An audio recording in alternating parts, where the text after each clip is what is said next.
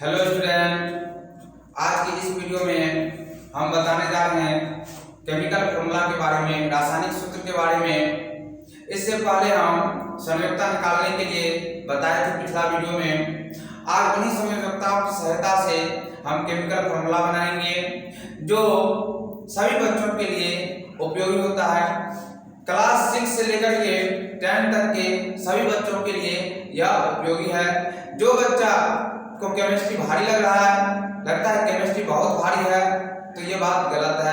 Chemistry सबसे आसान विषय होता है, बस उसको समझना जरूरी होता है। तो चलिए आज हम रासायनिक सूत्र लिखने का सबसे सरल तरीका बताएंगे, जिससे कमजोर से कमजोर छात्र भी उसको आसानी से समझ लेंगे।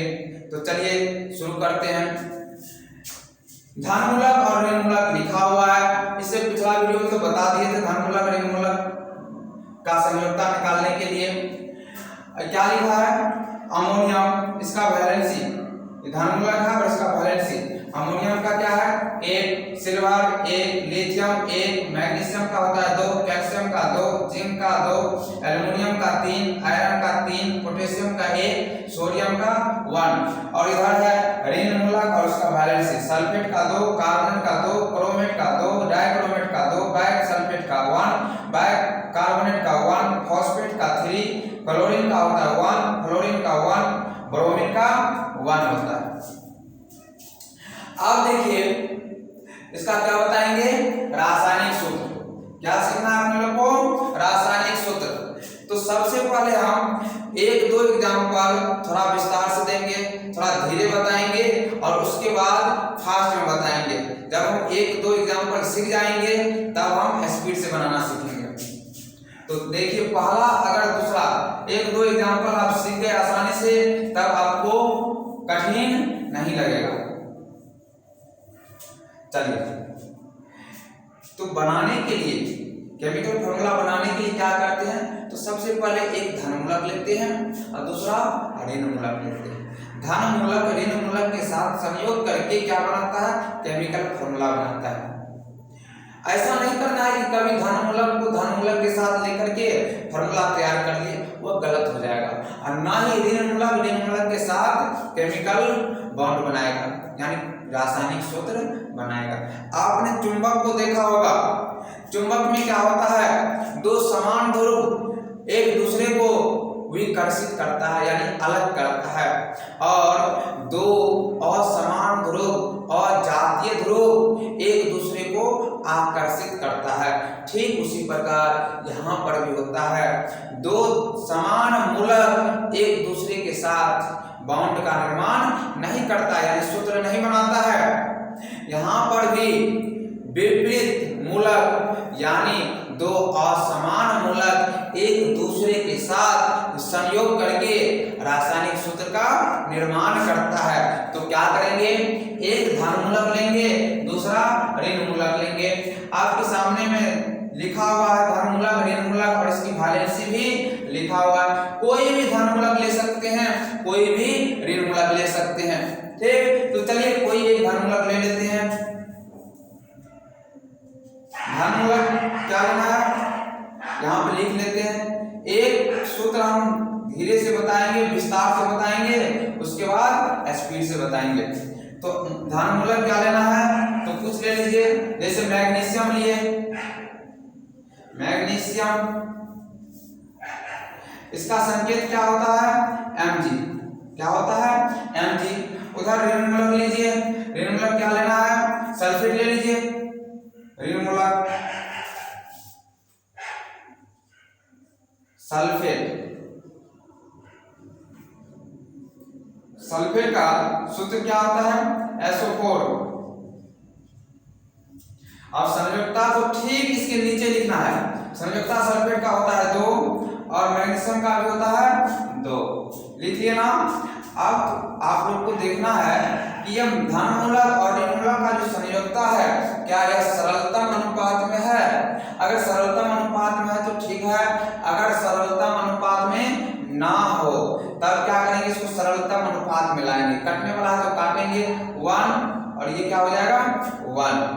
आप देखिए ये धन मूलक का संयुक्ता जाएगा किसके ऊपर, ऋण मूलक के ऊपर, और ये ऋण मूलक का संयुक्ता किसके ऊपर, धन मूलक के ऊपर जाता है।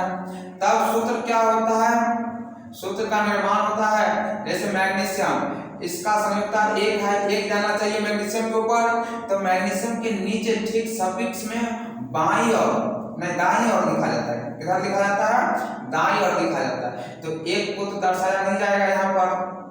फिर उसके बाद क्या है, ऋण मूलक सल्फेट SO4, इसका भी संयुक्ता एक बचा कट गया तो इसको पढ़ेंगे क्या, इसका नाम हो जाएगा Mg, क्या है मैग्नीशियम, इसका नाम हो जाएगा मैग्नीशियम, क्या होगा मैग्नीशियम, और ऋण मूलक सल्फेट है तो सल्फेट, इसको पढ़ेंगे मैग्नीशियम सल्फेट। क्या किए इसमें गौर से देखिए, क्या किए, एक धन मूलक लिए दूसरा ऋण मूलक लिए, एक कोई ले लिए इधर से एक कोई उधर से, दोनों का संकेत लिख दिए और संकेत के ठीक नीचे में संयोजकता को लिख दिए, और संयोजकता अगर कटने वाला था उसको काट दी सरलतम अनुपात में लिख लिए, और धन मूलक के संयोजकता को भेजे ऋण मूलक के ऊपर, और ऋण मूलक के संयोजकता को कहां भेजे, धन मूलक के ऊपर, और तब जाकर के सूत्र का निर्माण होता है, और इसको पढ़े क्या, तो मैग्नीशियम सल्फेट। इसी प्रकार हम कोई भी धन मूलक और कोई भी ऋण मूलक लेकर के सूत्र का निर्माण कर सकते हैं। तो चलिए और कुछ एग्जांपल लेते हैं, जैसे जिंक लीजिए, जिंक धन मूलक है और दूसरा उधर ले लीजिए ऋण मूलक, बाइकार्बोनेट HCO3, इसमें जिंक का वैलेंसी कितना है 2 और बाइकार्बोनेट का कितना है, तो बाइकार्बोनेट का है 1, तो इसको 1 लिखे। अब देखिए इसका जाएगा उसके ऊपर, ये कटने वाला तो नहीं है, सरलतम अनुपात में पहले से है, तो धन मूलक का जाएगा ऋण मूलक के ऊपर, ऋण मूलक का आएगा धन मूलक के ऊपर संयोजकता। अब यह सूत्र क्या बनाएगा, तो सूत्र बनाएगा ZnHCO3, और ये संयोजकता दोनों जाएगा तो इसकी वैलेंसी जो होता है दाईं और नीचे में सफिक्स के रूप में लिखा जाता है, और इसका नाम क्या हो जाएगा, नाम हो जाएगा जिंक, जिंक बाइकार्बोनेट, क्या होगा बाइकार्बोनेट, जिंक बाइकार्बोनेट। एक बात ध्यान रखिए आप लोग,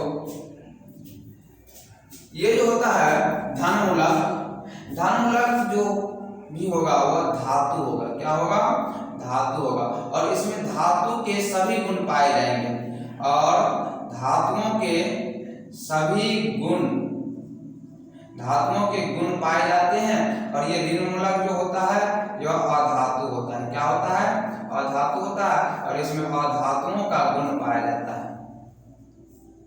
अधातुओं का गुण पाया जाता है। तो धन मूलक धातु और ऋण मूलक क्या होता है अधातु होता है। चलिए 2 एग्जांपल दिए हैं, समझ गए होंगे आप उसको नोट करना है तो नोट कर लीजिए पहले, उसके बाद और बताते हैं।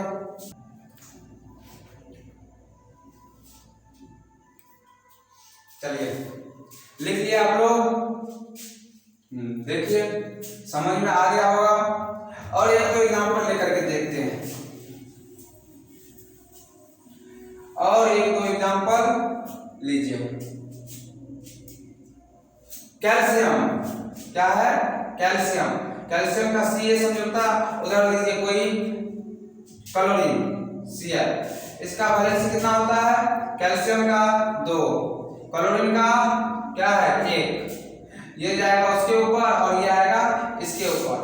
ठीक, अब कैल्शियम 1 को दर्शाया नहीं जाता है, और Cl ये 2 जाएगा उसके ऊपर, दाईं और सफिक्स में ठीक नीचे लिखा जाता है संयुक्ता को, और इसका नाम क्या हो जाएगा, नाम हो जाएगा कैल्शियम क्लोराइड, कैल्शियम क्लोराइड। और कुछ लीजिए पोटेशियम, धन मूलक है, और उधर क्या है पोटेशियम सल्फेट लीजिए SO4, पोटेशियम का संयुक्ता होता है 1 और सल्फेट का होता है 2, ये 1 जाएगा सल्फेट के ऊपर, 2 आएगा पोटेशियम के ऊपर, इसका सूत्र क्या हो जाएगा सूत्र हो जाएगा K2SO4, यानी सल्फेट का जो संयुक्ता 2 था वो पोटेशियम के ऊपर है, पोटेशियम का जो 1 संयुक्ता है यह जाता है सल्फेट के ऊपर और 1 को दर्शाया नहीं जाता है। ये हो गया, इसका नाम क्या हो जाएगा, पोटेशियम सल्फेट। इसको क्या पढ़ेंगे, पोटेशियम सल्फेट। इसका सूत्र क्या हो जाएगा, K2SO4, जिसको क्या पढ़ेंगे, पोटेशियम सल्फेट। और देखिए कुछ लीजिए एग्जांपल, जैसे लिथियम का संकेत Li और संयुक्ता होता है 1, और उधर लीजिए कोई ऋण मूलक क्लोरीन, इसका भी 1, ये इसके ऊपर और ये उसके ऊपर, क्या बनाएगा सूत्र बना लेगा लिथियम क्लोराइड LiCl, और इसका पढ़ेंगे क्या, नाम हो जाएगा लिथियम क्लोराइड। नाम क्या हो जाएगा, लिथियम क्लोराइड। तो आप लोग को समझ में आ गया होगा, अब तो आ जाना चाहिए ना। अब चलिए हम शॉर्टकट में लिखते हैं। अब शॉर्टकट में डायरेक्ट कैसे फॉर्मूला को लिखेंगे, तो यहां पर देखिए पहले क्या लेते हैं, धन मूलक, तो धन मूलक, और क्या लेते हैं, ऋण मूलक। और ये धन मूलक ऋण मूलक दोनों मिलकर के क्या बनाता है, यौगिक का निर्माण करता है। तो कोई धन मूलक लीजिए, कोई धन मूलक, जैसे अमोनियम है तो NH4 ammonium, plus sulphate SO4। Ammonium का वैलेंसी कितना होता है, 1, सल्फेट का होता है 2, तो इसका वैलेंसी होता है 2। ये ऋण मूलक है तो -2 लिखिए, ये धन मूलक है तो +1। ये 1 प्लस वाला जाएगा सल्फेट के ऊपर और माइनस वाला चढ़ जाएगा अमोनियम के ऊपर। ये क्या बनाएगा, NH4 का होल ट्वाइस, और क्या बनाएगा, सल्फेट SO4 अमोनियम सल्फेट। इसको क्या पढ़ेंगे, अमोनियम सल्फेट। इसको पढ़ेंगे अमोनियम सल्फेट। और लीजिए जिंक Zn, इसकी संयुक्ता कितना होता है, 2, और उधर लीजिए बायसल्फेट HSO4, संयुक्ता कितना होता है, 1। ये क्या बनाएगा, जिंक। इसका संयुक्ता उसके ऊपर, ये आएगा इसके ऊपर, तो -1 वाला आएगा इसके ऊपर, +2 वाला जाएगा उसके ऊपर, तो 1 तो दर्शाया नहीं जाता है, तो HSO4 का होल ट्वाइस। इसको पढ़ेंगे क्या, zinc sulphate, बायसल्फेट, zinc बायसल्फेट।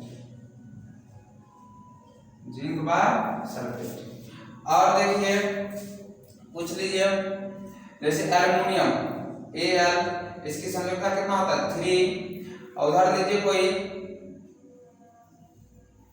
Sulphate SO4, इसका -, तो ये बनाएगा Al2SO4 का होल 3। इसको पढ़ेंगे क्या, एल्यूमिनियम सल्फेट,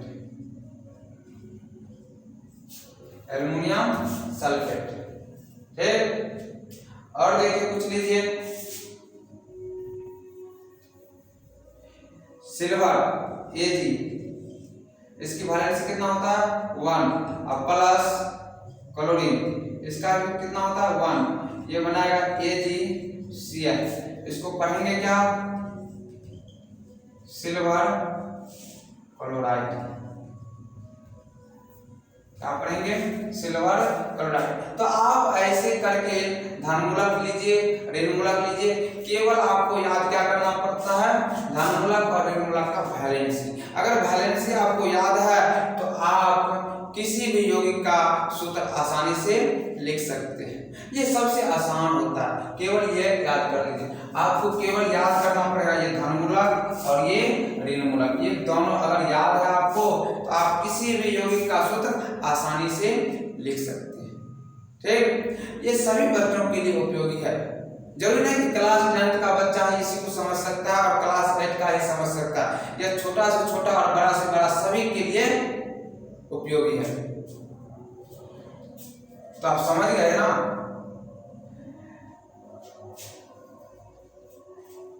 आप घर पे क्या करिएगा, तो इधर आपको 2 2 4 2 6 2 8 2 10 को धनमूलक है।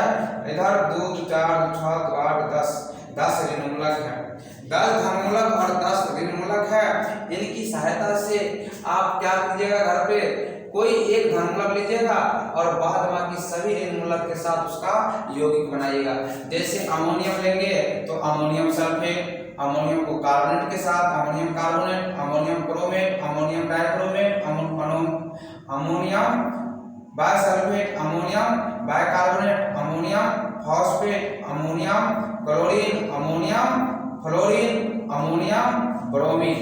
फिर उसी प्रकार अगर जिंक ले हैं तो zinc sulphate, zinc carbonate, zinc chromate, zinc dichromate, zinc bisulphate, zinc bicarbonate, zinc phosphate, zinc chlorine, zinc fluorine, zinc bromine. इस सब को बारी बारी से हम करेंगे तो 10 गुना 10 यानी आपको जो है ना 100 अणुसूत्र का निर्माण हो जाएगा। 10 गुना 10 यानी 100 अणुसूत्र का निर्माण हो जाएगा। 100 अणुसूत्र बन जाएगा। तो आप घर पे प्रैक्टिस कीजिए। अगर घर पे कोशिश करेंगे तो इसमें कुछ ज्यादा भारी चीज नहीं है, ये सबसे आसान है, आराम से बन जाएगा। ठीक, चलिए मिटा दे ना।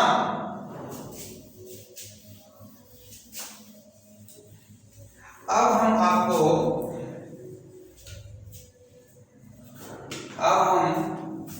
कुछ यौगिक का नाम लिखते हैं, कुछ यौगिक का नाम लिखते हैं और उसका सूत्र कैसे लिखेंगे। जैसे अगर आपको दे दे ammonium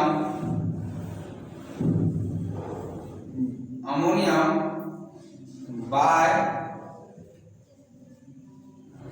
sulphate, ammonium bisulphate, तो आप इससे पहले देखे थे कि धनमूलक और ऋणमूलक दोनों आपस में क्या करता था, संयोग होता था। तो ये धनमूलक है और ये ऋणमूलक है। तो ये पॉजिटिव कण और ये क्या है, निगेटिव कण है। तो धनमूलक ऋणमूलक के साथ संयोग करके सूत्र का निर्माण करता है, यौगिक का निर्माण करता है। तो देखिए इसका क्या हो जाएगा, अमोनियम का सूत्र यहाँ पे लिखा हुआ है क्या है, NH4। तो ये हो जाएगा NH4 और क्या है, ऋणमूलक क्या है, तो बायसल्फेट। तो बायसल्फेट उधर क्या है, देखिए HSO4। अब ये दोनों मिलकर के बनाता है यौगिक। यौगिक का नाम क्या हो जाएगा, यौगिक का नाम हो जाएगा अमोनियम बायसल्फेट यानी NH4 HSO4 अमोनियम बायसल्फेट। ये धनमूलक और ये ऋणमूलक, इसकी वैलेंसी होता है 1 और इसका भी क्या होता है -1 ऋणमूलक का। ये दोनों जाएगा बना लेगा अमोनियम बायसल्फेट। ठीक, और कुछ लीजिए जैसे मैग्नीशियम कार्बोनेट। तो मैग्नीशियम धनमूलक है, इसका संकेत होता है Mg और कार्बोनेट का होता है CO3। इसका वैलेंसी 2+ में होता है, देख लीजिए वहां पर, और ये कार्बोनेट का -2, ये ऋणमूलक है। ये दोनों मिलकर के क्या बनाएगा, तो मैग्नीशियम और carbonate, magnesium carbonate.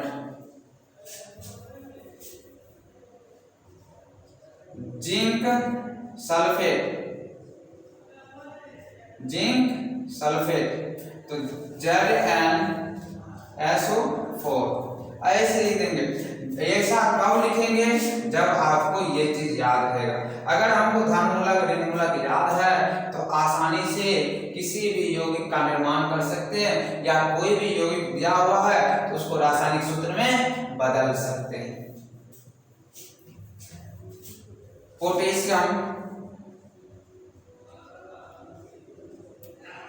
Potassium chloride, बताइए तो क्या होगा इसका सूत्र, लिखिए तो कॉपी बनाइए। पोटेशियम क्लोराइड का, देखिए यहाँ पे पोटेशियम का संकेत क्या होता है K, और क्लोराइड का क्या है Cl, और दोनों का संयोजकता क्या है, एक इसका भी है और इधर क्लोरीन का भी एक है, तो दोनों का एक एक, इसीलिए क्या हो जाएगा KCl।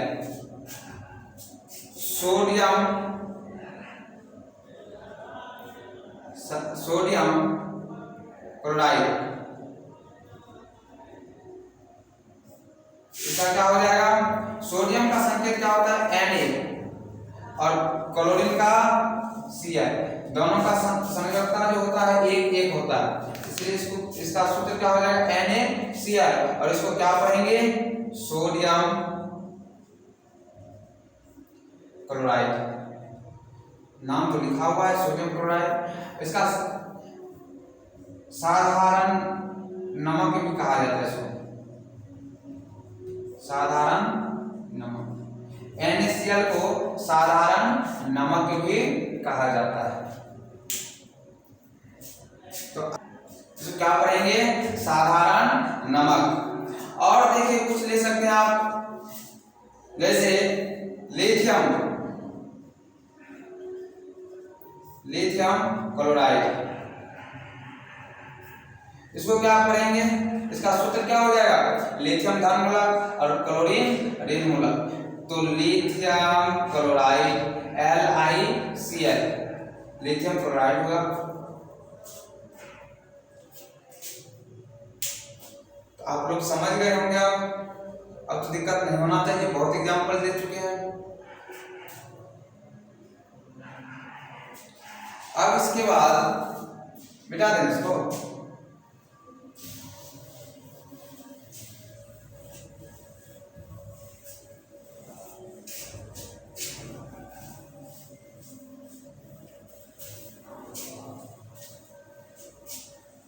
देखिए आज के वीडियो में क्या सब देखिए अपने लोग, अणुसूत्र कैसे लिखा जाता है, और कोई रासायनिक या यौगिक का नाम दिया हुआ है तो उसको सूत्र के रूप में कैसे कन्वर्ट करेंगे, दोनों चीज समझ गए।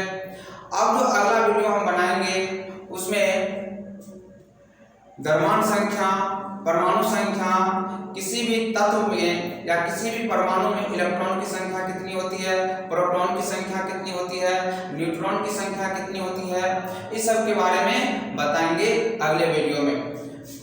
और इस वीडियो में आपने क्या सीखा, तो आपने सीखा केवल अणुसूत्र के बारे में, इसमें धन मूलक को लेना है, ऋण मूलक को लेना है, दोनों को संयोग कराना है, यौगिक का निर्माण होगा, उसी को अणुसूत्र या रासायनिक सूत्र कहते हैं। ठीक, इस वीडियो को आप लोग देखिए, और इसमें जो भी कमी या त्रुटि आप लोग को नजर आए आप उसको कमेंट बॉक्स में जरूर शेयर कीजिएगा। ठीक, आज तक इसको यहीं तक छोड़ते हैं, अगला वीडियो लेकर के आएंगे अगले दिन। थैंक यू, धन्यवाद।